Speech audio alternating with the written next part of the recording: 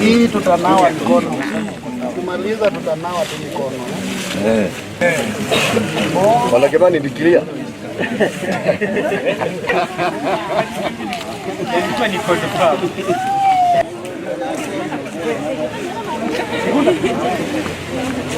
Wakati huu wa mvua, watu ambao wanaishi katika maeneo yaliyo na miteremko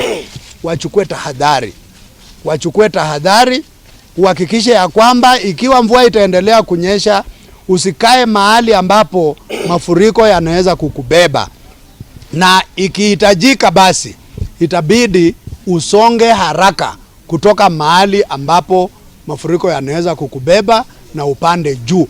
Wakati huu tunasihi wazazi, watoto wanapoenda shuleni, wale watoto ambao wanavuka mito watunzwe vizuri.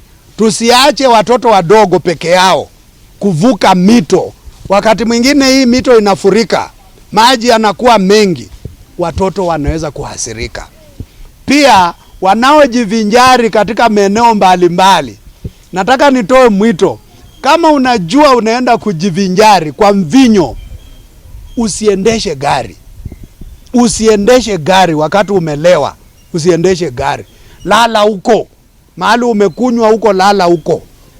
Ama utafute mtu mwingine wa kukuendeshea gari lako.